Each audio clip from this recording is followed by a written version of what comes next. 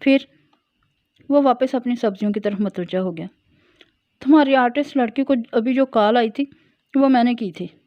میں نے اسے ایک جگہ ملنے کے لیے بلایا ہے تاکہ میں اسے وہ ویڈیو دکھا سکوں۔ کیف کے ہاتھ سے پتے گر گئے۔ ایک لمحے کے لیے وہ اپنی جگہ سے ہل نہیں سکا، پھر تیر کی تیزی سے مالک کی طرف لپکا۔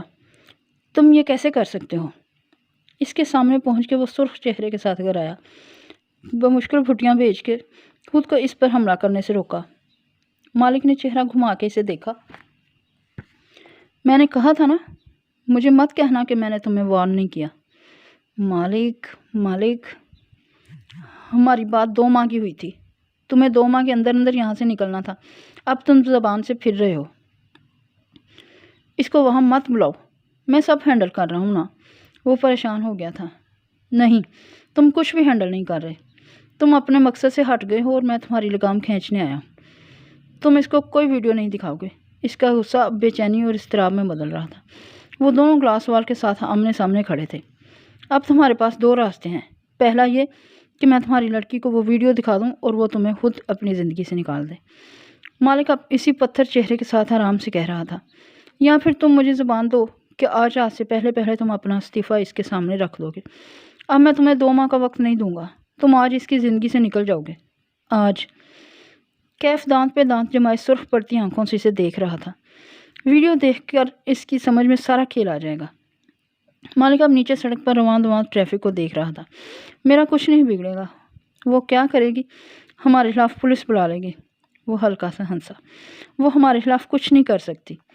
ہم صرف اسے ویڈیو دکھائیں گے، اس کے حوالے نہیں کریں گے۔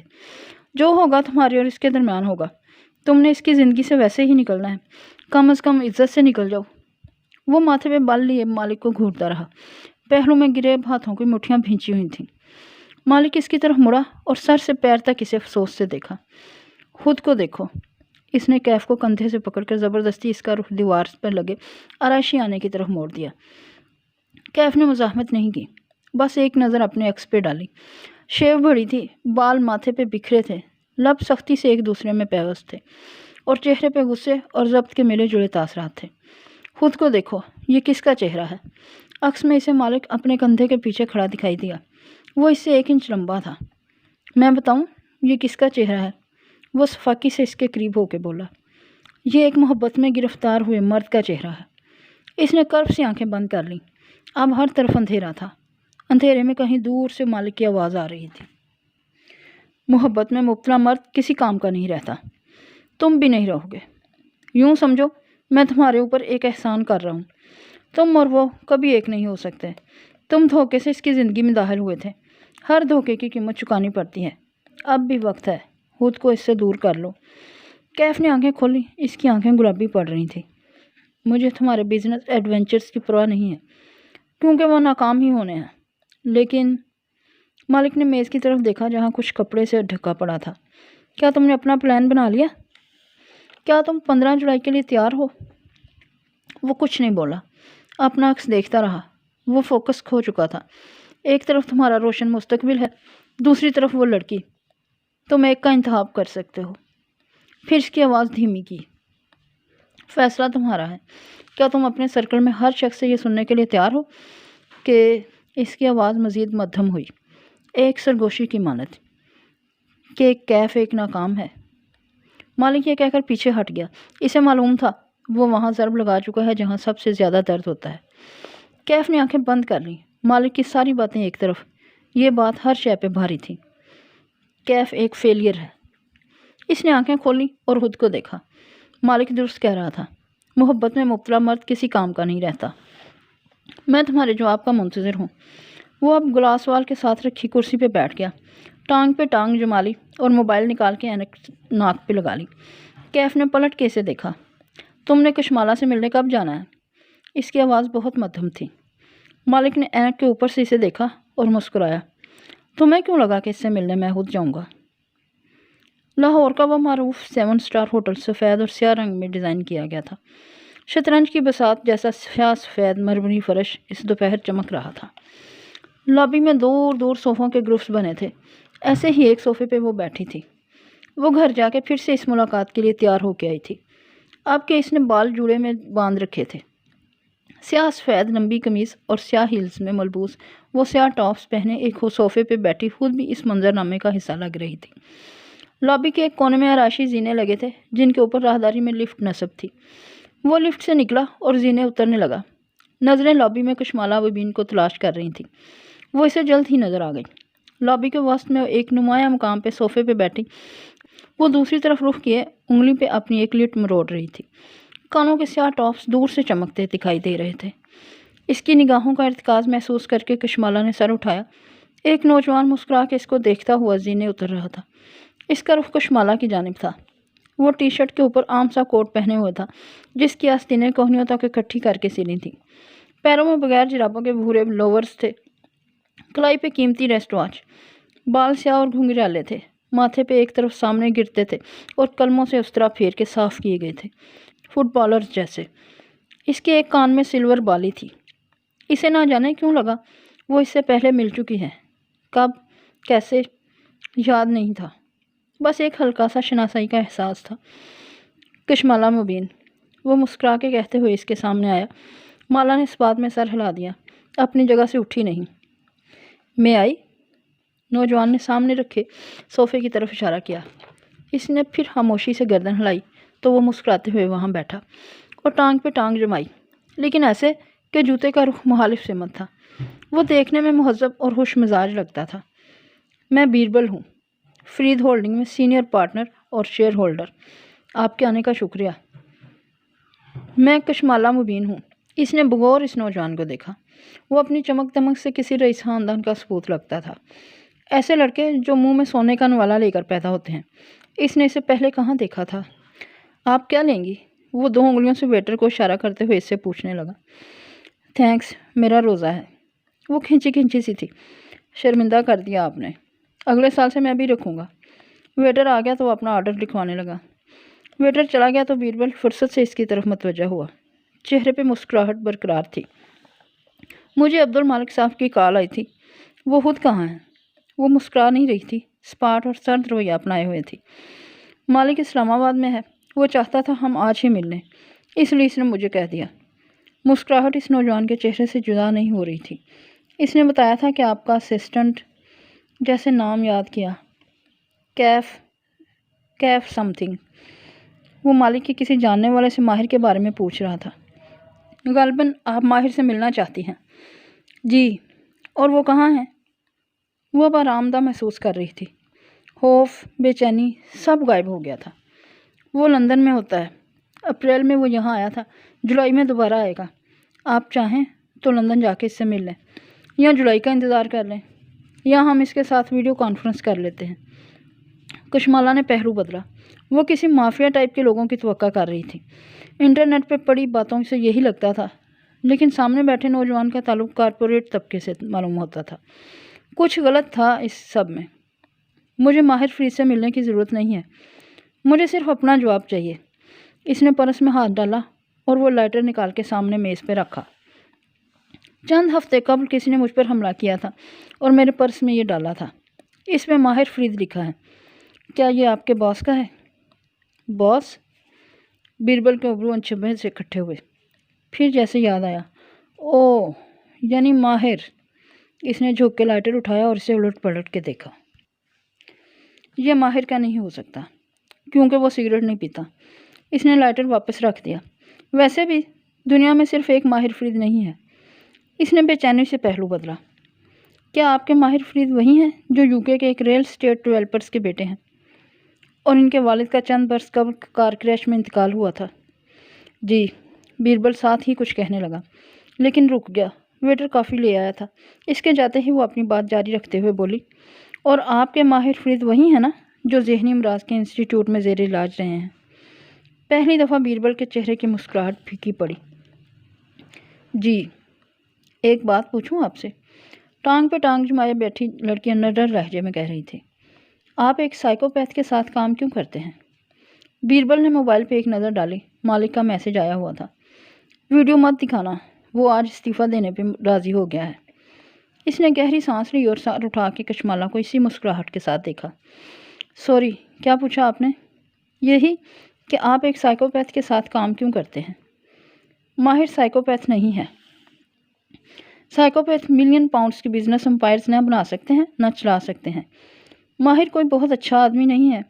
مانتا ہوں کہ وہ کبھی کبھی اپنی obsession اور وہ رکا جیسے الفاظ تلاش کیے اور اپنے ایمبیشن میں کچھ حدود کراس کر سکتا ہے، لیکن وہ نرمی سے کہہ رہا تھا وہ کبھی بھی کسی لڑکی کا تعاقب کر کے اس کو ہراس نہیں کرے گا۔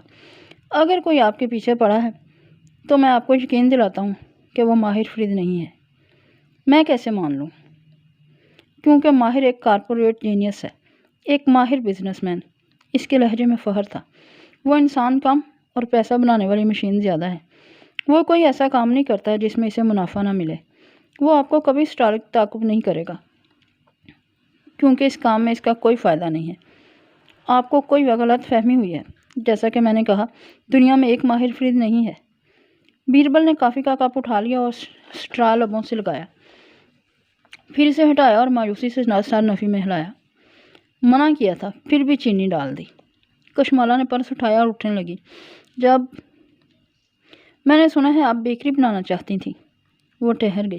آپ کو کیسے معلوم؟ وہ کپ نیچے کر کے مسکرایا۔ مالک نے آپ کے بارے میں معلوم کروایا تھا۔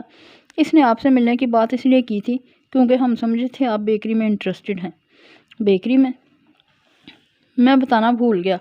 وہ پورے دل سے مسکرایا۔ اس کی یہ مسکراہٹ جانے کیوں شناسا سی تھی۔ میں ایک پیسٹری شیف ہوں اور میری ایک بوتیک بیکری ہے۔ میں سمجھا تھا آپ میرے ساتھ کام کرنا چاہتی ہیں۔ خیر، اگر آپ کبھی ساتھ کام کرنا چاہیں تو مجھے خوشی ہوگی۔ اس نے ایک کارڈ نکال کے کشمالا کی طرف بڑھایا جسے اس نے تھام کے چہرے کے قریب کیا۔ بیربل فرید، ساتھ محض ایک فون نمبر لکھا تھا۔ فرید؟ وہ چونکی۔ میں ماہر فرید کا چھوٹا بھائی ہوں۔ وہ مسکرایا۔ اوہ! ایک لمحے کے لیے وہاں سناٹا چھا گیا، پھر وہ بیگ اٹھائے کھڑی ہو گئی۔ یوں ہی پوچھ لیا، خوشی ہوئی آپ سے مل کر بیربل فرید۔ شاید مجھے کوئی غلط فہمی ہوئی ہو۔ ویسے کہاں ہے آپ کی بیکری؟ اس شہر میں جس کے بارے میں نیپولین نے کہا تھا کہ وہ اٹھتے ہوئے بولا کہ اگر دنیا میں ایک ریاست ہوتی تو وہ شہر اس کا دارالحکومت ہوتا۔ کون سا شہر؟ استنبول۔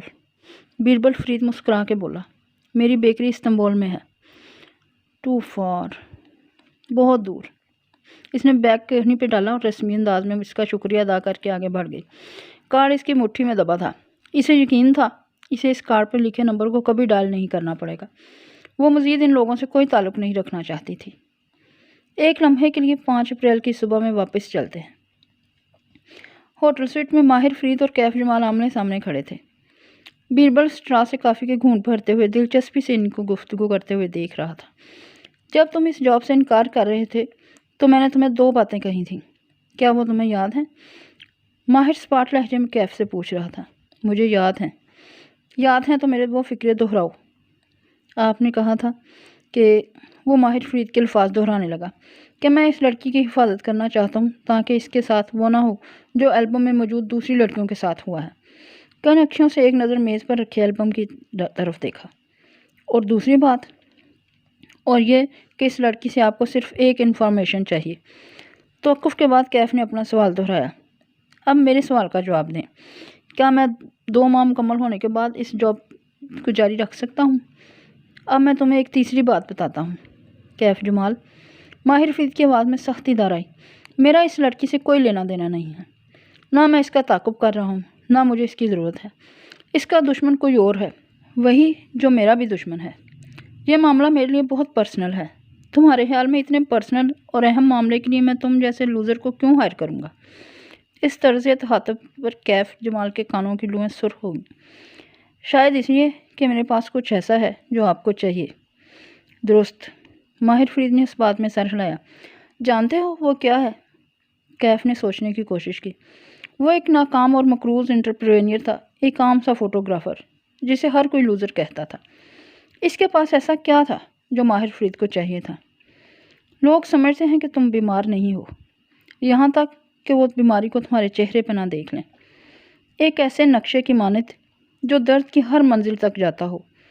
میرا بیمار دل ایک قید خانہ ہے۔ کیا تم نے کوشش کی جیسے سوالوں کا؟ کیا تم نے کوشش کی خوراک بہتر کرنے کی، اداس نہ رہنے کی، بیمار نہ پڑنے کی؟ ہاں، میں نے کوشش کی ہے۔ مگر میں اب بھی بیمار ہوں، کیونکہ کبھی کبھی آپ سیب اندیکھے ہوتے ہیں اور شیاطین اندر سے حملہ آور ہوتے ہیں، صرف اس لیے کہ تم نہیں دیکھ سکتے۔ میرے شیاطین کے پنجے اور دانت تم نہیں جان سکتے کہ وہ مجھے اندر سے کاٹ کے لہولہان کر رہے ہیں۔ درد محسوس کرنے کے لیے اس کا دکھائی دینا ضروری نہیں ہوتا۔ کوشش کرنے سے بیماریاں نہیں چلی جاتی، شفا کے معجزے ایسے ہی عمل میں نہیں آ جاتے۔ M Roy, the first step. تاریخ تھی 4 اپریل، شہر تھا اسلام آباد کا، اور یہ ان چاروں کی ہوٹل سویٹ میں ملاقات سے 1 رات پہلے کا وقت تھا۔ جیسے دنیا کی ہر کامیابی اور ناکامی ایک آئیڈیا سے شروع ہوتی ہے، ویسے ہی اس فریب کے کھیل کا آغاز بھی ایک آئیڈیا سے ہوا تھا، اور یہ آئیڈیا عبد المالک فرید نے پیش کیا تھا۔ Body guard? ماہر نے لائٹر جیب سے نکالتے ہوئے چونک کے اسے دیکھا۔ ہوٹل سویٹ میں رات کی مناسبت سے زرد بتیاں جلی تھیں۔ مالک ایک صوفے پہ ٹانگ جمائے بیٹھا تھا، جیل سے جمے سفید بال، بے شکن گرے سوٹ۔ مالک دن ختم ہونے کے باوجود صبح کی طرح فریش اور تیار لگ رہا تھا۔ ہاں، باڈی گارڈ۔ اسے باڈی گارڈ کی ضرورت ہے، اور تمہیں معلومات کی۔ باڈی گارڈ اپنے مالک کے سب سے قریب ہوتا ہے، صرف وہی اس کے دشمن کو تلاش کر سکتا ہے۔ انٹرسٹنگ۔ ماہر لائٹر لیے کھڑکی کے قریب آیا۔ اس کی سفید شرٹ کے کف بند تھے، البتہ ٹائی ڈھیلی تھی۔ کوٹ ایک طرف سٹینڈ پہ لٹکا تھا۔ کھڑکی کے قریب کنسول ٹیبل پہ گلاس جارز میں 2 موم بتیاں رکھی تھیں۔ اس نے لائٹر جلایا اور چولہا ایک موم بتی کو دکھایا۔ وہ جل اٹھی۔ رات کی مصنوعی روشنیوں میں ایک کا اضافہ ہوا۔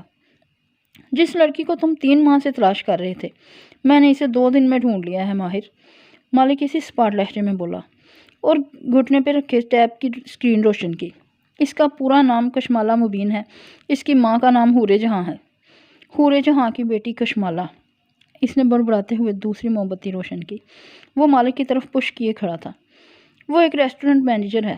ریسٹورنٹ اس کے کلاس فیلو کا ہے، جسے اس نے اس کے ساتھ بنایا ہے۔ وہ یہاں اکیلی رہتی ہے، کسی رشتہ دار کے گھر، اور اس نے توقف کیا۔ اس نے اپنی دوست کو کال کر کے کہا ہے کہ اسے ایک باڈی گارڈ کی ضرورت ہے۔ وہ ہر چند ہفتے بعد ایک نیا گارڈ رکھتی ہے، کیونکہ پرانا گارڈ جاب چھوڑ جاتا ہے۔ ماہر نے لائٹر بجھایا اور مالک کی طرف مڑا۔ تم جو کہو گے ویسا ہی ہوگا، لیکن تمہیں میرے ساتھ ایک ڈیل کرنی ہوگی ماہر۔ مالک اپنی جگہ سے اٹھا اور قدم قدم چلتا ماہر کے سامنے آ کھڑا ہوا۔ ان دونوں کے قد ایک برابر تھے اور چہرے کے نقوش بھی ملتے تھے، البتہ مالک کے چہرے پہ نرمی تھی اور ماہر کے چہرے پہ شک اور بے اعتباری۔ یعنی تمہیں میرا یقین نہیں ہے؟ تم صرف اپنی بات منوانے کے لیے میری مدد کر رہے ہو۔ ہاں ماہر، مجھے تمہارا یقین نہیں ہے، لیکن میں پھر بھی تمہاری مدد کروں گا۔ اس نے ماہر کے کندھے پہ ہاتھ رکھا، جسے ماہر نے کندھا پیچھے کر کے جھٹک دیا۔ مالک کے چہرے پہ ایک زخمی سا تاثر ابھرا، لیکن وہ اسے دبا گیا۔ ہم یہ سب 2 ماہ تک کریں گے۔ اس کے بعد بھی ہمیں کچھ نہ ملا تو، اس نے وقفہ دیا، تو تم گھر واپس آ جاؤ گے۔ ماہر کی آنکھوں میں شک کے ساتھ ساتھ تکلیف بھی ابھری۔ اگر یہ کھیل ناکام ہو گیا تو تم اپنی کمپنی بند کر کے ہولڈنگ میں واپس آ جاؤ گے اور اپنی سیٹ سنبھال لو گے۔ اگر میں ایسا نہ کروں؟ ٹھیک ہے، پھر جاؤ، اور جیسا کہ بیر نے کہا، اس سے بات کرو۔ لیکن ایک حقیقت ہم دونوں جانتے ہیں کہ ماہر فرید پہ کوئی یقین نہیں کرتا۔ ماہر کچھ نہیں کہہ سکا، بس لب بھینچے اسے دیکھے گیا۔ پھر اس نے سر کو اس بات میں جنبش دی۔ اگر مجھے کچھ نہ ملا تو میں واپس آ جاؤں گا۔ مالک مسکرا دیا۔ پھر اس نے ٹیب روشن کیا۔ اب کہ وہ بولا تو آواز سپاٹ تھی۔ چند لوگ ہیں جن کو ہم فرید کے یہ کام کروا سکتے ہیں۔ صفورہ کا شوہر ایک پرائیویٹ گارڈز کی ایجنسی کے ساتھ کام کرتا ہے، یعنی کسی کو گارڈ وغیرہ چاہیے ہو تو وہ مہیا کروا دیتی ہے۔ ہم اس ایجنسی کے مینیجر کو بھی خرید سکتے ہیں، یا کسی گارڈ کو بھی۔ ایک نوجوان ہے سفیان، مالی پریشانی کا شکار ہے، اچھا آپشن ہے۔ وہ رکا اور اگلا نام پڑھا۔ ایک صفورہ کا کزن ہے کیف جمال، ایک اس کے شوہر کا بھائی ہے خالد وزیر۔ کیف جمال، وہ ایک دم بولا، میں اس کو ہائر کروں گا۔ مالک نے چونک کے سر اٹھایا، مگر اس کی پروفائل میں کچھ بھی متاثر کن نہیں ہے۔ ٹپیکل لوزر، بے روزگار۔ میں قدر پہ یقین رکھتا ہوں، ہونے کو کوئی نہیں ٹال سکتا۔ اس کو کال کرو، اور ہاں، وہ پہلی دفعہ ہلکا سا مسکرایا، اس سے کہنا تم میرے مینیجر ہو۔ مالک کے کان سرخ ہوئے۔ میں تمہارا مینیجر نہیں ہوں ماہر بے۔ کیوں؟ اگر میں ہولڈنگ میں واپس آیا تو ہر کوئی اپنی اصل پوزیشن میں آ جائے گا۔ میں CEO ہوں گا اور تم میرے ماتحت۔ یہ وہ جگہ ہیں جو میرے باپ نے طے کی تھیں۔ وہ جیبوں میں ہاتھ ڈالے کھڑا تنزیہ مسکراہٹ سے مالک کو دیکھ رہا تھا۔ مالک نے جیسے بہت ضبط کے ساتھ گہری سانس بھری۔ ٹھیک ہے، جو تم کہو۔ میں صبح اس لڑکے کو کال کروں گا، لیکن ہم کسی اور کو بھی ہائر کر سکتے ہیں۔ ہم اسی کو ہائر کریں گے۔ لیکن مالک کو وہ نوجوان پسند نہیں آیا تھا۔ اگلی صبح جب وہ ماہر سے ڈیل کی طے کر رہا تھا، مالک صوفے پہ بیٹھا بیزاری سے پہلو بدل رہا تھا۔ کچھ ناقابل اعتبار سا تھا کیف جمال کے بارے میں۔ وہ انہیں دھوکہ دے گا، مالک کو یقین تھا۔ جب ماہر نے کیف جمال کے تمام سوالات کا جواب دے دیا، اس کو یہ بھی بتا دیا کہ اس نے اسے کیوں ہائر کیا تھا، اور کیف جمال خاموشی سے رقم کا پیکٹ اٹھا کے وہاں سے نکل گیا، تو بیربل اپنی جگہ سے اٹھا اور میز پہ رکھا آخری انچھوا کافی کپ اٹھا کے ماہر کے پاس آیا۔ وہ دونوں اب کھڑکی کے سامنے کھڑے تھے۔ ایک طرف سویٹ تھا اور دوسری طرف شیشے سے نظر آتا روشن شہر۔ موم بتیاں ابھی تک جل رہی تھیں اور لیونڈر اور موتیا کی خوشبو ویسی ہی پھیلی تھی، گو کہ ان کی حصہ شامہ اب سن ہو چکی تھی۔ تمہاری کافی؟ آج مجھے اس کی ضرورت نہیں ہے۔ وہ جیبوں میں ہاتھ ڈالے کھڑا باہر دیکھ رہا تھا۔ بیربل نے افسوس سے اسے دیکھا۔ تم ابھی سے گلٹ محسوس کر رہے ہو۔ ماہر، آگے کیا کرو گے؟ وہ خاموش رہا۔ تم نے کیف جمال کو سب کچھ سچ سچ کیوں بتا دیا؟ کیا ضروری تھا اسے بتانا کہ ہم کون ہیں اور کیا چاہتے ہیں؟ ماہر نے اپنا چہرہ بیربل کی طرف موڑا، اور اب کہ وہ مسکرایا تو اس میں تکلیف بھی تھی اور اداسی بھی۔ تم نے کل رات کہا تھا کہ یہ دھوکہ کبھی نہ کبھی کھل جائے گا۔ ایک دن آئے گا جب وہ کیف جمال کی اصلیت جان جائے گی اور پھر اسے کٹہرے میں کھڑا کر کے پوچھے گی کہ اس نے یہ کیوں کیا۔ تم چاہتے ہو اس وقت کیف جمال اسے سچ بتا دے کہ ماہر فرید اس کی حفاظت کرنا چاہتا تھا؟ ماہر نے اس بات میں سر ہلایا۔ جو نوجوان ہم سے پیسے لے کر اپنی کزن اور اس کی دوست کو دھوکہ دے رہا ہے، وہ سچ کبھی نہیں بولے گا۔ ماہر، وہ اپنی جان بچانے کے لیے تمہیں ولن بنا کے پیش کرے گا۔ یہ وہ آدمی کہہ رہا ہے جو کیک بناتا ہے۔ میں نے کہا نا، مجھے ایک چانس لینا ہے۔ مالک سمجھتا ہے تم یہ سب انتقام کے لیے کر رہے ہو، یا شاید اصلاح حاصل تلاش کے لیے، لیکن میں تمہیں جانتا ہوں۔ تم اس لڑکی کے لیے کر رہے ہو۔ تم چاہتے کو اس کے ساتھ وہ کچھ نہ ہو جو ہماری ماں کے ساتھ ہوا تھا۔ ماہر نے جواب نہیں دیا۔ وہ کھڑکی سے باہر پھیلے روشن دن کو دیکھ رہا تھا۔ لیکن جو تم کر رہے ہو وہ غلط ہے، بیربل اس کے ساتھ کھڑا باہر دیکھتے ہوئے کہہ رہا تھا۔ اور ایک دن وہ لڑکی دنیا میں سب سے زیادہ نفرت ماہر فرید سے کرے گی۔ لیکن اب بہت دیر ہو چکی تھی۔ اب وہ فریب کے اس کھیل کو شروع کر چکا تھا۔ اب ہم 1.5 ماہ بعد مئی کے آخری 2 پہروں میں سے ایک میں واپس چلتے ہیں، جب کشمالہ مبین بیربل فرید سے ملاقات کے بعد وہاں سے اٹھ گئی تھی۔ اس کا رخ لفٹ کی طرف تھا۔ وہ سیاہ ہیل سے چلتی ہوئی راہداری میں آگے بڑھنے لگی۔ فرش سیاہ اور سفید ٹائل سے مزین تھا، شطرنج کی بساط جیسا۔ وہ اس بساط پہ عین لفٹ کے سامنے آ رکی۔ اسی پر لفٹ کے دھاتی دروازے حس کی آواز کے ساتھ ایک دوسرے سے جدا ہوئے۔ اندر کیف کھڑا تھا، سینے پہ بازو لپیٹے، لب بھینچے۔ وہ آنکھوں میں ایک ساتھ بہت سے تاثرات لیے اسے دیکھ رہا تھا۔ ایک لمحے کے لیے وہ بالکل ششدر رہ گئی۔ کیف ویسا ہی لگ رہا تھا جیسا ہمیشہ لگتا تھا، سیاہ جینس پہ سفید شرٹ پہنے، ماتھے پہ آگے کو گرتے بال اور بڑھی ہوئی شیو۔ لیکن اس کے چہرے پہ کچھ ایسا تھا جو پہلے وہاں نہیں تھا، شکوہ، بے اعتباری۔ وہ سفید جوگر سے چلتا اس کے سامنے آ رکا۔ وہ لفٹ میں سوار نہیں ہوئی۔ تم یہاں کیا کر رہے ہو؟ یہی سوال آپ سے پوچھنے آیا ہوں کہ آپ یہاں کیا کر رہی ہیں۔ وہ دونوں راہداری میں تنہا تھے، شطرنج کی بساط پہ آمنے سامنے۔ میں ماہر فرید سے ملنے آئی تھی۔ اور تم؟ وہ سکون سے بولی۔ اس نے کچھ غلط نہیں کیا تھا، مجھے بھی انہوں نے ہی بلایا تھا، لیکن صبح سے آپ کا آف موڈ دیکھ کے میں نے بات کرنے کی ہمت نہیں کی۔ لیکن ماشاءاللہ انہی لوگوں نے مجھے معلوم ہوا ہے کہ آپ کی ملاقات جاری ہے۔ جہاں تک مجھے یاد ہے میں آپ کا باڈی گارڈ ہوں۔ وہ غصے میں نہیں تھا، وہ شاکی انداز میں ہر لفظ پہ زور دے کر کہہ رہا تھا۔ باڈی گارڈ ہو، بیبی سیٹر نہیں، اور تمہیں آنے کی ضرورت نہیں تھی، کال کر لیتے۔ آپ یوں کیسے ان لوگوں سے ملنے آ سکتی ہیں جن کو آپ اپنا تعاقبگار سمجھتی ہیں؟ میں اپنا خیال خود رکھ سکتی ہوں۔ مالا کا لہجہ سپاٹ تھا، البتہ وہ اتنی پرسکون نہیں تھی جتنا خود کو ظاہر کر رہی تھی۔ مجھ سے کوئی غلطی ہوئی ہے کیا؟ کیف نے غور سے اس کی آنکھوں میں دیکھا۔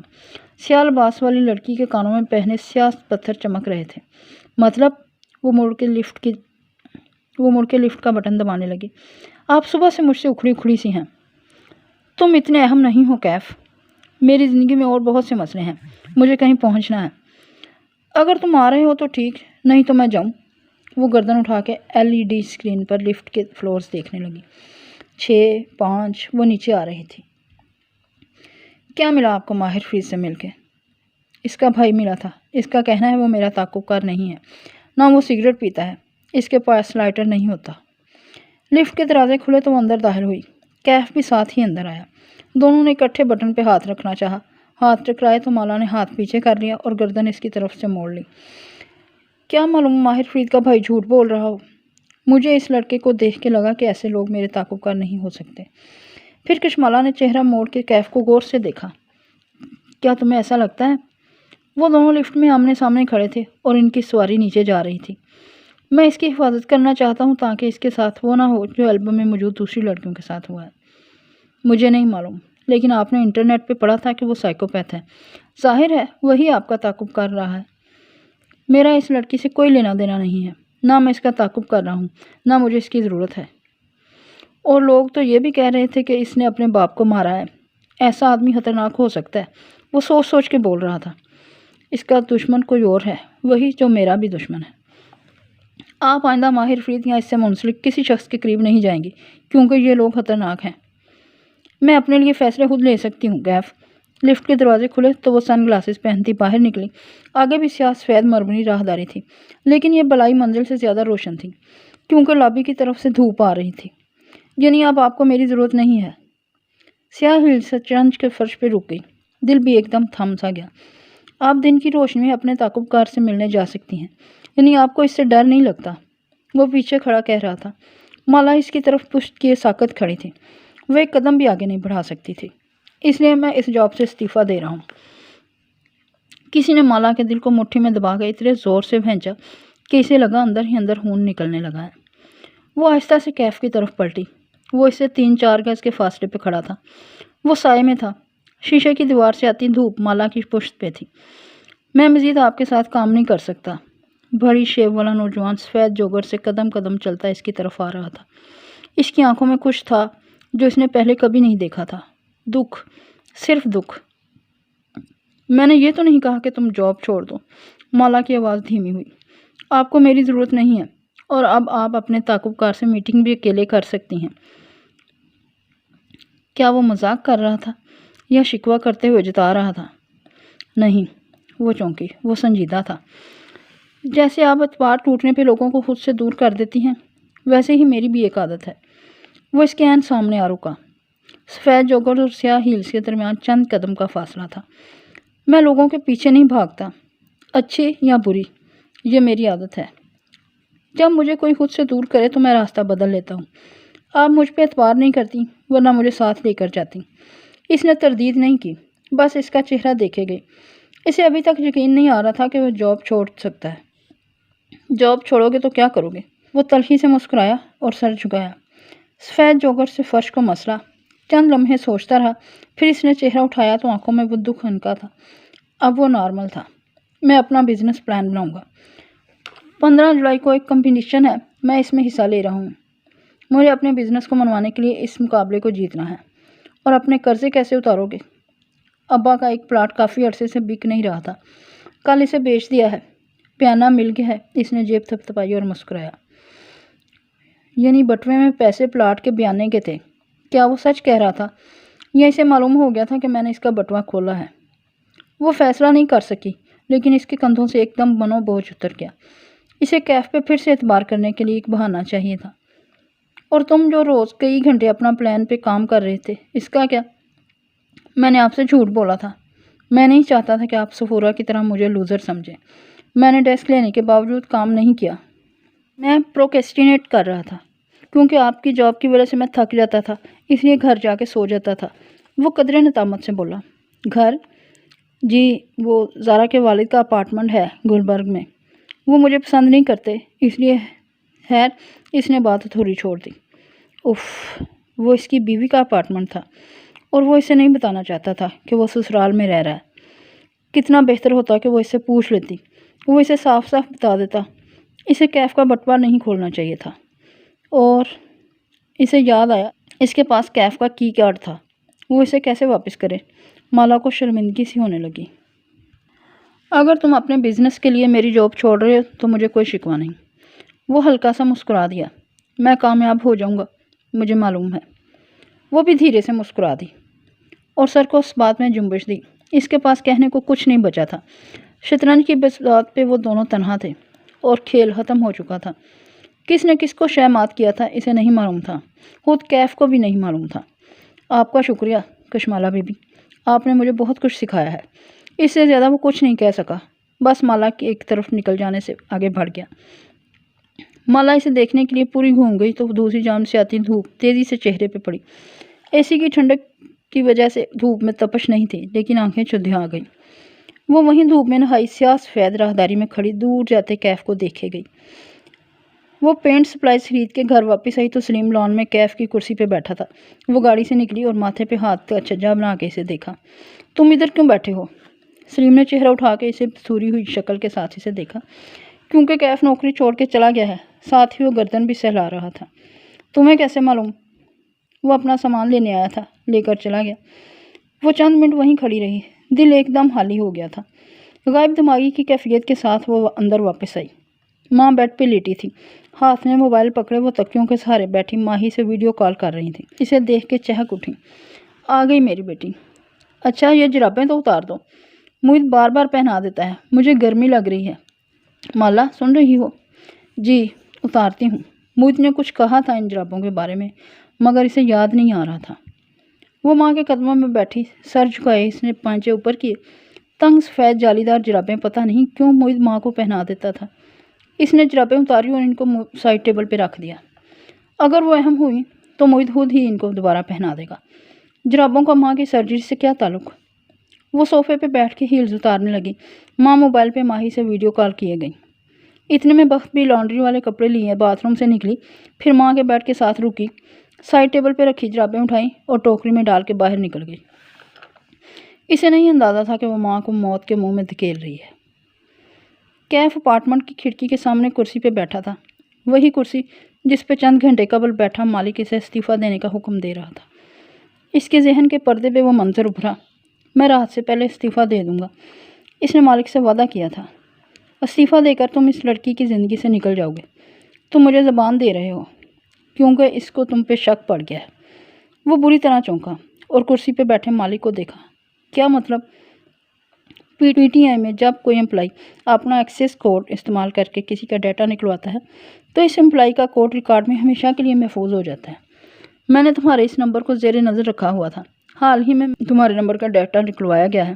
اس بات کا کشمالہ سے کیا تعلق؟ جس آفیسر نے ڈیٹا نکالا ہے وہ کشمالہ کا کلاس فیلو تھا، دونوں نے ساتھ یونیورسٹی سے گریجویٹ کیا تھا۔ اور اب؟ مالک مسکرایا۔ تمہاری لڑکی کو معلوم ہے کہ تم اس اپارٹمنٹ میں رہتے ہو؟ اس کا ہاتھ بے اختیار اپنی جیب پہ رینگ گیا۔ مالا نے اس کو پانی لینے بھیجا اور پیچھے سے اس کا والیٹ کھولا۔ سمارٹ، لیکن اسے مالا کو کوئی توجہ تھمانی ہوگی ان نوٹوں کی اور اس اپارٹمنٹ کی۔ وہ عزت سے اس کی زندگی سے نکلنا چاہتا تھا۔ ہوٹل لابی میں کشمالہ سے مل کے اس نے اپنی طرف سے سارے جھول دور کر دیے تھے، لیکن دل ایک دم خالی ہو گیا۔ وہ مالک کی باتوں میں کیوں آ رہا تھا؟ یہ اس کی زندگی تھی، وہ چاہے تو نہیں۔ اس نے سر جھٹکا۔ یہ ایک جھوٹی زندگی تھی، ایک دھوکہ تھا۔ وہ مزید اس لڑکی کے ساتھ یہ نہیں کر سکتا تھا۔ ان دونوں کا کوئی مستقبل نہیں تھا، اسے اس کی زندگی سے دور جانا تھا۔ مالک ٹھیک کہہ رہا تھا، محبت میں گرفتار ہوا مرد کسی کام کا نہیں رہتا۔ وہ مبین منزل پہنچا تو عصر کی اذانیں ہو رہی تھیں اور آسمان پہ سیاہ بادل جمع ہو رہے تھے۔ مالا ابھی گھر نہیں آئی تھی، وہ پینٹ سپلائز لینے گئی تھی۔ کیف نیچے بیسمنٹ کی گیلری تک آیا، سلیم اپنے کمرے سے نکل رہا تھا۔ کیف اسے گھورتے ہوئے آگے آیا اور اس کو گردن سے پیچھے دبوچ کر لیا۔ اس سے پہلے کہ حقا بکا سلیم مزاحمت کرتا، وہ اسے گدی سے پکڑے دھکیل کے اندر لے گیا اور دروازہ بند کیا۔ میری شکایتیں لگاتے رہے ہو مالا بی بی سے، ہیں؟ اس کے کان کے قریب ہو کے وہ گھرایا، گردن ویسے ہی دبوچ رکھی تھی۔ مجھے چھوڑو کیف بھائی، میں نے کچھ نہیں کیا۔ سلیم ایک دم گھبرا گیا۔ کیا کہا ہے تم نے بی بی سے؟ مالا باجی سے کچھ نہیں کہا میں نے، وہ کراہتے ہوئے بولا تو کیف نے جھٹکے سے اس کی گردن چھوڑی۔ وہ تیزی سے کمرے کے دوسرے کونے میں جا کھڑا ہوا اور گردن سہلاتے ہوئے آنکھوں میں خوف لیے اسے دیکھا۔ اس نے کیف کو اب کبھی اتنے غصے میں نہیں دیکھا تھا۔ پھر کس سے کہا ہے؟ کیف گراتے ہوئے قریب آ رہا تھا۔ وہ موہت بھائی آئے تھے اس دن تمہارے کمرے میں۔ کیف رک گیا۔ انہوں نے جا کے اوپر مالا باجی سے کہا کہ کہ کیف کا ٹوتھ برش بھی نہیں ہے یہاں، وہ یہاں نہیں رہتا، وہ کہاں جاتا ہے؟ اور اوپر کچن میں وہ بات کر رہے تھے، میں نے اتنا ہی سنا تھا۔ If, bloody tooth brush! میں پوچھ رہا ہوں تم کیا کہتے رہے ہو میرے بارے میں؟ کچھ نہیں کہا، ماہی باجی پوچھ رہی تھی اس دن تمہارے بارے میں۔ قسم لے لو میں نے کچھ نہیں کہا، تم نے خود بتایا ہوگا وہ کینیڈا میں ہوتی ہے، اسے کیا پتہ یہاں کیا ہو رہا ہے۔ سلیم نے گردن سہلاتے ہوئے اسے ناراضی سے دیکھا، جیسے یہ بات بہت بری لگی ہو۔ انہیں 7 سمندر پار رہ کے بھی معلوم ہوتا ہے کہ پاکستان کے ہر گھر میں کیا ہو رہا ہے۔ اس سے بات کرنا فضول تھا۔ وہ دروازے کی طرف بڑھ گیا۔ گیلری سے اپنے کمرے کی طرف جاتے اس نے سلیم کی آواز سنی۔ ماہی باجی کو سب کی خبر ہوتی ہے۔ اچھا، اس کے کمرے میں کچھ تھا ہی نہیں جو اسے اٹھانا تھا۔ ایک نظر اس جگہ کو دیکھ کے وہ سیڑھیاں چڑھتا اوپر چلا آیا۔ مالا کے آنے تک اسے اس کا انتظار کرنا چاہیے۔ وہ ایک آخری دفعہ اسے ملنا چاہتا تھا، لیکن لان میں آتے ہی وہ ایک دم ٹھٹک کے رکا۔ مالا کے کمرے کی دیوار گیر کھڑکی کھلی تھی، بس کی وجہ سے ہوا کے لیے کھول دی گئی تھی۔ اندر حور جہاں کا بیڈ لگا نظر آ رہا تھا۔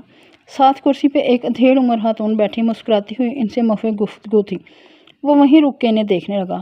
وہ انہیں پہچانتا تھا، وہ زیاد کی والدہ تھیں۔ وہ حور جہاں سے کوئی بات پوچھ رہی تھیں۔ دفتن کھڑکی پہ نظر پڑی تو اسے دیکھ کے مسکرا دیں۔ بیٹا مجھے جان ماز تو لا دو۔ آپ سے کہہ رہی ہوں سلیم بیٹا۔ کیف نے دائیں بائیں دیکھا، پھر اپنی طرف اشارہ کیا۔ انہوں نے اس بات میں سر ہلایا۔ غالباً حور جہاں نے ان سے کہا تھا کہ سلیم سے کہہ دیں جائے نماز لانے کو۔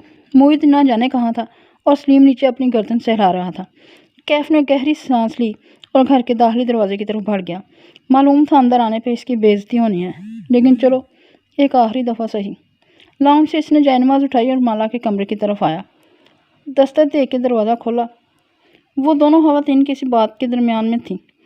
حور جہاں مسکرا رہی تھیں اور نگینہ بیگم جوش سے کہے جا رہی تھیں، بس اب میں مزید دیر نہیں کرنا چاہتی، آپ مالا کا ہاتھ میرے زیاد کے ہاتھ میں دے دیں۔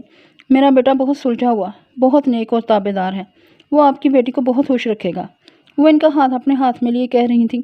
وہ جہاں تھا وہیں کھڑا رہ گیا، پھر کنگار کے آگے آیا اور جائے نماز ان کے قریب رکھی۔ نگینہ بیگم نے پلٹ کے اسے دیکھا اور مسکرائی۔ شکریہ بیٹے، سلیم مصروف تھا اس لیے میں آ گیا، اس نے محتاط لہجے میں کہتے ہوئے حور جہاں کو دیکھا۔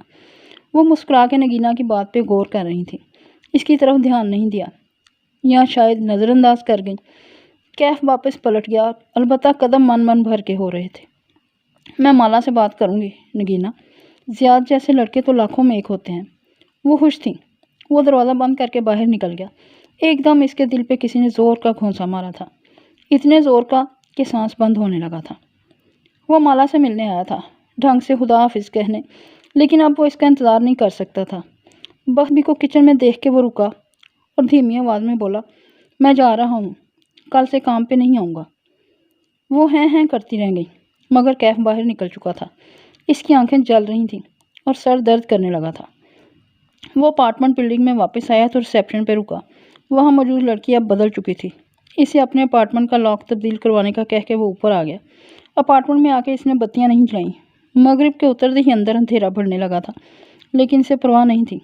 وہ خاموشی سے اپنے کمرے میں آیا اور وضو کر کے اسی اندھیرے میں ماحول میں نماز ادا کی۔ پھر تسبیح ہاتھ میں لیے وہ کھڑکی کے سامنے رکھی کرسی پہ جا کے بیٹھ گیا جہاں چند گھنٹے قبل مالک بیٹھا تھا۔ تب سے اب تک وہ وہیں بیٹھا تھا۔ اندھیرا بڑھتے ہی سڑک پہ رواں دواں ٹریفک روشن ہونے لگی۔ اس نے تسبیح کے دانے گرانے کی کوشش کی، لیکن دل نہیں لگ رہا تھا۔ وہ وہیں بیٹھا خاموشی سے نیچے گزرتے ٹریفک کو دیکھے گیا۔ زیادہ دیر نہیں گزری جب صبح سے اکٹھے ہوئے سیاہ بادل بلاہر برسنے لگے۔ پانی دھاروں کی صورت اپارٹمنٹ بلڈنگ سے ٹکرانے لگا۔ ایسی تیز بوچھاڑ تھی کہ خدا کی پناہ۔ وہ اپنی زار و قطار روتی ہوئی کھڑکی کو دیکھنے لگا، بالکل خاموشی سے۔ اسے کچھ دیر ایک ایسے تعلق کے ٹوٹنے کا سوگ منانا تھا جو کبھی بنا ہی نہ تھا، اور پھر اس نے گردن موڑ کے میز پہ بکھری چیزوں کو دیکھا، پھر اسے اپنے کام میں مصروف ہو جانا تھا۔ آج کی رات سوگ کے نام۔ یہی بارش مبین منزل کی کھڑکیوں پہ بھی برس رہی تھی۔ سیاہ سفید لباس والی لڑکی اسٹوڈیو کی کھڑکی میں بیٹھی دیوار سے ٹیک لگائے شیشے پہ پڑتے پانی کی بوندوں کو دیکھ رہی تھی۔ کانوں میں ہینڈ فری لگے تھے جن سے ماہی کی آواز سماعتوں میں اتر رہی تھی۔ ماں کہہ رہی تھی آج نگینہ آنٹی آئیں اور انہوں نے تمہارا رشتہ مانگا۔ مالا کھڑکی کے شیشے پہ لڑکتے قطروں کو دیکھ رہی تھی۔ جب کوئی قطرہ نیچے گر کے فنا ہو جاتا تو وہ پلکیں اٹھا کے کسی دوسرے قطرے کا تعاقب کرنے لگتی۔ ہاں میں نے سنا تھا، وہ یوں بولی جیسے عام سی بات ہو۔ تمہیں حیرت نہیں ہوئی؟ نہیں، مجھے اندازہ تھا کہ زیاد مجھ میں انٹرسٹڈ ہے۔ یہ جلد یا دیر ہونا تھا۔ تم زیاد کے لیے ہاں کر دو گی؟ ہاں، کیونکہ وہ ایک قابل انسان ہے، اس میں کوئی کمی نہیں ہے۔ لیکن میں نے لیکن نہیں کہا۔ تمہاری بات لیکن کی طرف جا رہی ہے۔ پتہ نہیں ماہی۔ مالا نے سینے پہ مٹھی رکھی۔ میرا دل ایسے لگتا ہے جیسے جل رہا ہو، جیسے اندر آگ سی لگی ہو۔ اور یہ کب سے ہے؟ جب سے کیف نے کہا کہ وہ جاب چھوڑ کے جا رہا ہے۔ مالا، ماہی حق تک رہ گئی۔ تمہیں کیف پسند ہے؟ نہیں یار، ایسا کچھ نہیں ہے۔ ویسے بھی وہ شادی شدہ ہے۔ بالکل، کسی شادی شدہ آدمی کے بارے میں سوچنا بھی نہیں چاہیے، سوائے ارطغرل کے۔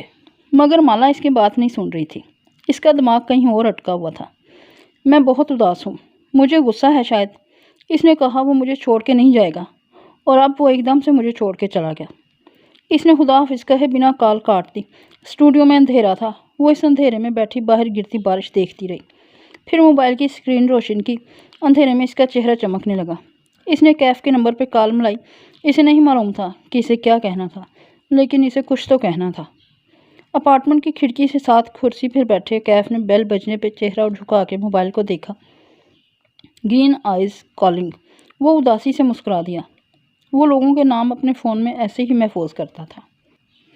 کیف نے گھنٹی بجنے دی، یہاں تک کہ وہ بج بج کے خاموش ہو گئی۔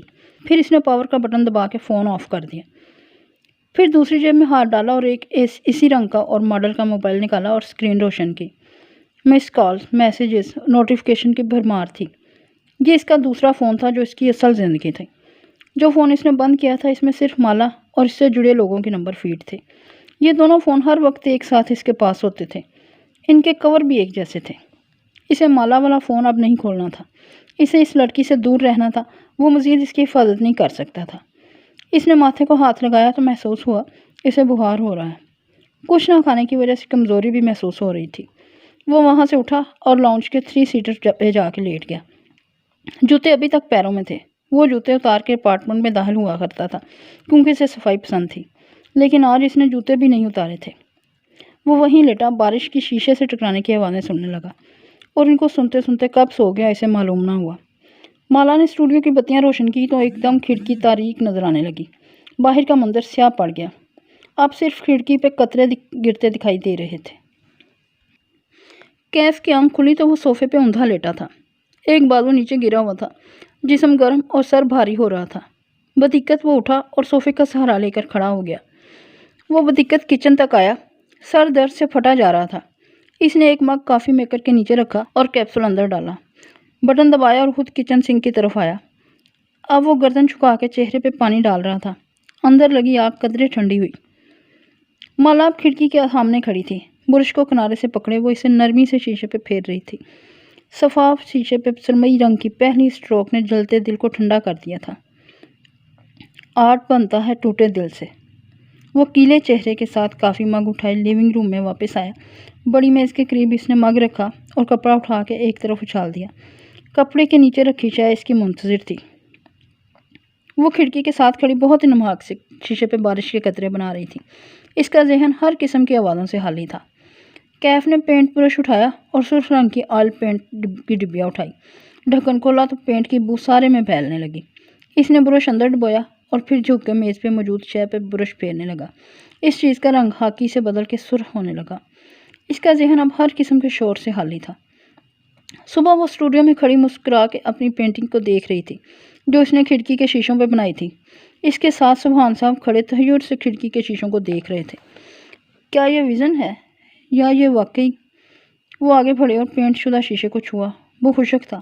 مالا مسکرا دی۔ کھڑکی کے شیشے پہ ایک ویژن پینٹ کیا گیا تھا۔ شفاف شیشہ پورا دھندلایا ہوا تھا اور اس پہ بڑے چھوٹے پانی کے قطرے تھے۔ ہر قطرے کے اندر باہر کا منظر یعنی نیچے کا لان اور سامنے والے گھر نظر آ رہے تھے، لیکن الٹے ہو کر۔ باہر کا منظر الٹا کیسے نظر آ رہا ہے؟ انہوں نے بھی یقینی سے اسے دیکھا۔ وہ مسکرا دی اور شانے اچکا دیے۔ یہ بارش کے قطرے دراصل آنسو ہیں، اور آنسو تب نکلتے ہیں جب ہمارا دکھ ہمیں ساری زندگی الٹا کے دکھائے۔ کشمالا، یہ امیزنگ آرٹ ہے، امیزنگ۔ وہ خوشی سے اس کی طرف مڑے۔ کیا آپ یہ ہمارے ریسٹورنٹ کی گلاس وال پہ بنا سکتی ہیں؟ گلاس وال کے باہر باغیچہ ہے، اندر سے دیکھنے والوں کو یوں لگے گا کہ باہر بارش ہو رہی ہے۔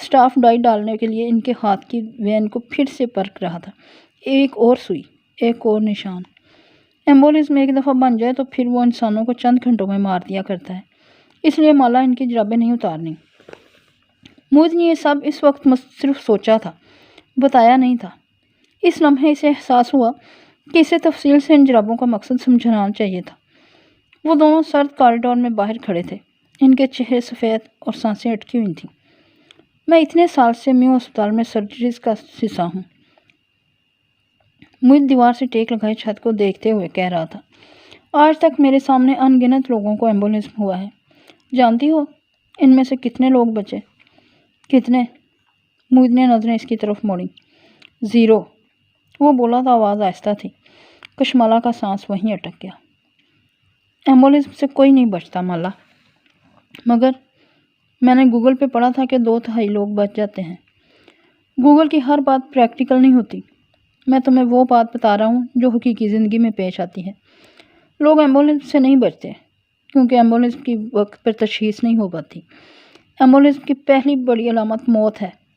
سرجری کے بعد اچانک بندہ مر جاتا ہے، اس لوتھڑے کا پتہ ہی مرنے کے بعد چلتا ہے۔ ایسے مت کہو موعد۔ اف، میں نے کیوں ماں کی جرابیں اتاری؟ مجھے واقعی یاد نہیں تھا کہ تم نے مجھے کچھ کہا تھا اس کے بارے میں۔ تمہاری غلطی نہیں ہے، مجھے بھی چیک کرنا چاہیے تھا۔ ہم ماں سے ایک لمحے کی بھی غفلت نہیں برت سکتے۔ اگلے 3 دن ماں کو ICU میں رکھا گیا۔ CT اسکین کے مطابق کلاٹ ان کے پھیپھڑوں میں جا کے پھنس گیا تھا، لیکن بروقت گلیکسین ملنے سے ان کا خون پتلا ہونا شروع ہوا۔ CT ہر روز نہیں کیا جا سکتا، درمیان میں گیپ دینا ضروری تھا، اس لیے چوتھے روز جب CT کیا گیا تو کلاٹ چھوٹا ہوتا دکھائی دیا۔ اس کا مطلب تھا کہ وہ اب بہتر تھیں۔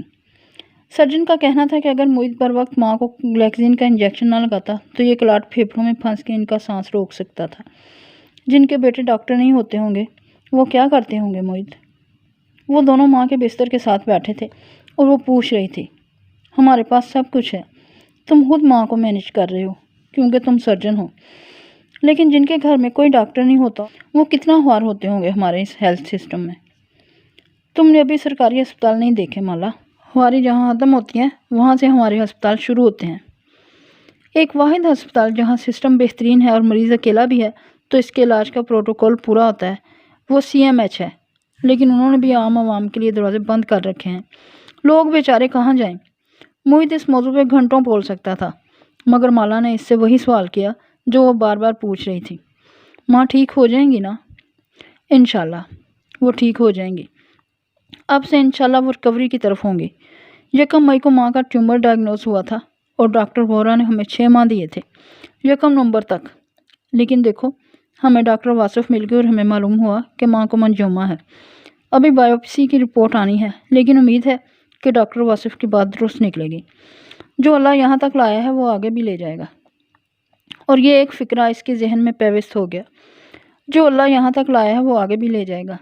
اس نے دونوں ہاتھ جوڑ لی اور چہرہ اٹھا کے زیر لب دعا مانگنے لگی، شفا دے اے اللہ، شفا دینے والے، میری ماں کو شفا دے۔ اس دفعہ جب ماں گھر آئیں تو وہ واقعی صحت کی طرف گامزن تھی۔ جو اللہ یہاں تک لایا تھا وہی آگے بھی لے کر جا رہا تھا۔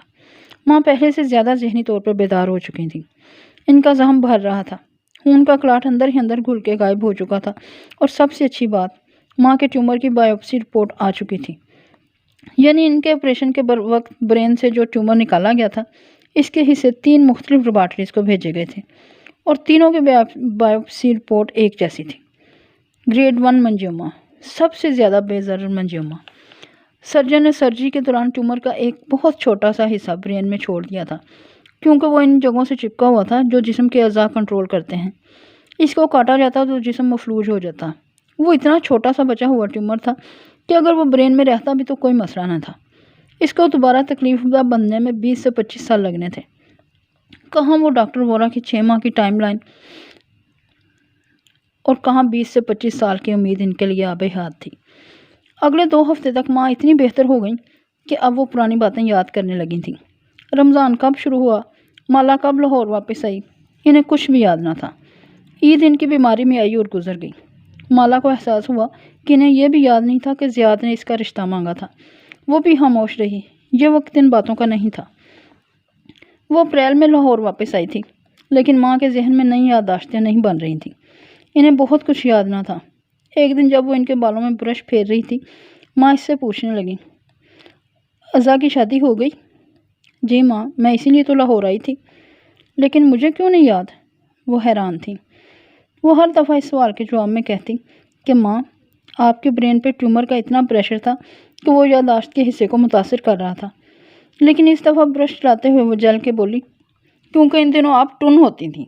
کہہ کے زبان دبا لی، لیکن خلاف توقع نور جہاں بیگم زور سے ہنس دی۔ ایک چپت پیچھے بیٹھی مالا کے گھٹنے پہ لگائی، پرے بدتمیز، ماں کو ایسے کہتے ہیں؟ وہ برا مان کے بھی ہنسے جا رہی تھیں۔ مالا نے نرمی سے ان کے سیاہ سفید بالوں کو اپنے ہاتھوں میں تھاما، پھر اپنا چہرہ پیچھے سے ان کے کندھے پہ رکھا۔ ماں، آپ کو کچھ ہو جاتا تو میں کیا کرتی؟ اس نے سوچا نہیں تھا کہ ایسا ہوگا، لیکن ایک دم وہ زور زور سے رونے لگی تھی۔ اتنے ہفتوں کی بے بسی، خوف اور امید، سب آنسوؤں کی صورت آنکھوں سے باہر نکلا تھا۔ وہ اب صرف ایک لڑکی تھی جو اپنی ماں کو کھونے سے ڈرتی تھی۔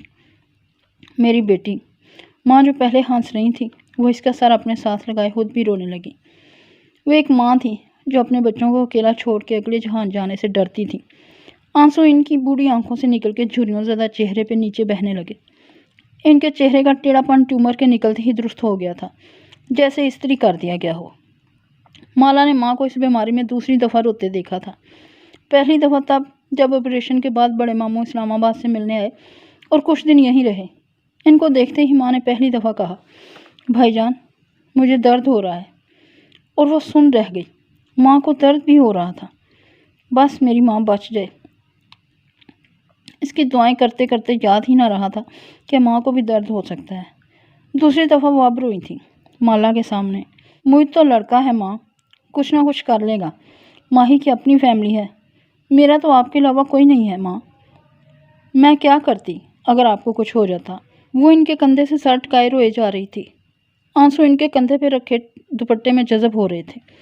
یہ وہ لمحہ تھا جب ماں نے آنسو پونچھے اور چہرہ اٹھایا، اس کا ماتھا چوما اور انہیں جیسے یاد آیا، کچھ دن پہلے نگینا میرے پاس آئی تھی۔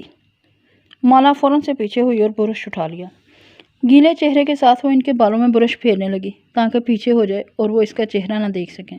وہ زیاد کے لیے تمہارا رشتہ مانگ رہی تھی مالا۔ مالا کے ہاتھ اوپر سے نیچے چلتے رہے۔ اسے اسٹوڈیو کی کھڑکی یاد آئی جو آنسوؤں سے بھری تھی۔ اسے کیف یاد آیا جو اس دن سے غائب تھا۔ دونوں میں سے کسی نے ایک دوسرے کو کال نہیں کی تھی۔ تم سوچنا اس بارے میں بیٹا، زیاد اچھا لڑکا ہے، شریف ہے، برسرے روزگار ہے۔ وہ اب دھیرے دھیرے زیاد کے بارے میں بہت سی باتیں کہہ رہی تھی۔ میں سوچوں گی ماں، وہ بولی تو اس کی آواز بہت آہستہ تھی۔ کیا وہ زیاد کے بارے میں سوچنا چاہتی تھی یا کسی اور وجہ سے وہ اس موضوع کو ٹال رہی تھی؟ کچھ تھا جو ادھورا رہ گیا تھا اور اسے اس کے مکمل ہونے کا انتظار تھا۔